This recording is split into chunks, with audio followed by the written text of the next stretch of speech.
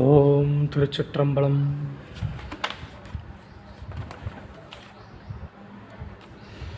ஆயனான் மறையவன் நீயேயாதல் அறிந்து யான் யாவரினுங் கடையனாய நாயினேன் ஆதலையும் நோக்கிக் கண்டு நாதனே நானூக்கே ரன்பனென்பேன் ஆயினேன் ஆதலால் ஆண்டு கொண்டாய் அடியார் தாமில்லையே அன்றி மற்றோர் பேயனே இதுதான் நின் பெருமை என்றே எம்பெருமான் என் சொல்லி பேசுக்கேனே. ஆராய்ந்து பார்க்கும்போது நான்கு மறைகளும் தலைவனும் நீயே என்பதை தெரிந்து கொண்டேன். யான் யாவரையும் விட கீழானவனாய் நாய் போன்றவனாய் இருப்பதையும் முற்றிக் கொண்டு தலைவனே நான் உனக்கு ஓர் அன்பன் என்று சொல்பவனாகவும் ஆயினேன். என்பனவே என்னை ஆண்டு கொண்டு அருள்வாய். என்னை தவிர்த்து நீ ஆண்டு கொண்டு அருள். என்னை தவிர்த்து நீ ஆண்டு கொண்டு அருள் அடியார்கள் யாரும் இல்லையோ. மேலும் நான் ஒரு பேய் போன்றவன். அப்படியெனும் என்னை அடிமை செய்து ஆட்கொண்டு இத்தன்மையைத்தான் உனது பெருமையன்றோ. எம்பெருமானே, உன்னுடைய சிறப்பு நான் எவ்வாறு கூறி புகழ்வேன்? நான் மறையவன், 4 வேதங்களின் தலைவன், நாதனே இறைவன். பேசிற்றாம் ஈசனே எந்தா எய்தை பெருமானே என்றென்றே பேசி பூசிற்றாம் திருநீரே நிறைய பூசி போற்றியேன் பெருமானே என்று பின்றா நேசத்தால் பிறப்பை கடந்தார் தம்மை ஆண்டானே ஆவா வெல்ல கல்வனேனை மாசற்ற மணிக்குன்றே எய்ந்து என்னை நீ ஆட்கொண்டு வண்ணத்தானே.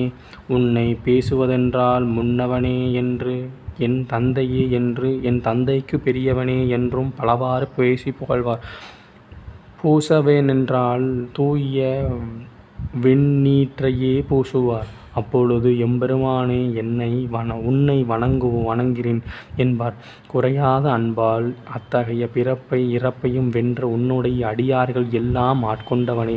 பேராசை என்னும் பெரும் வெள்ளத்தை மூழ்கி திளைக்கும் பேராசை என்றும் பெரும்பெள்ளத்தில் மூழ்கி திளைக்கும் வஞ்சக கல்வனாகிய என்னை குற்றமற்ற மாணிக்க மலையே என் தந்தையே அந்தோ என்னையும் நீ ஆட்கொண்டருள்.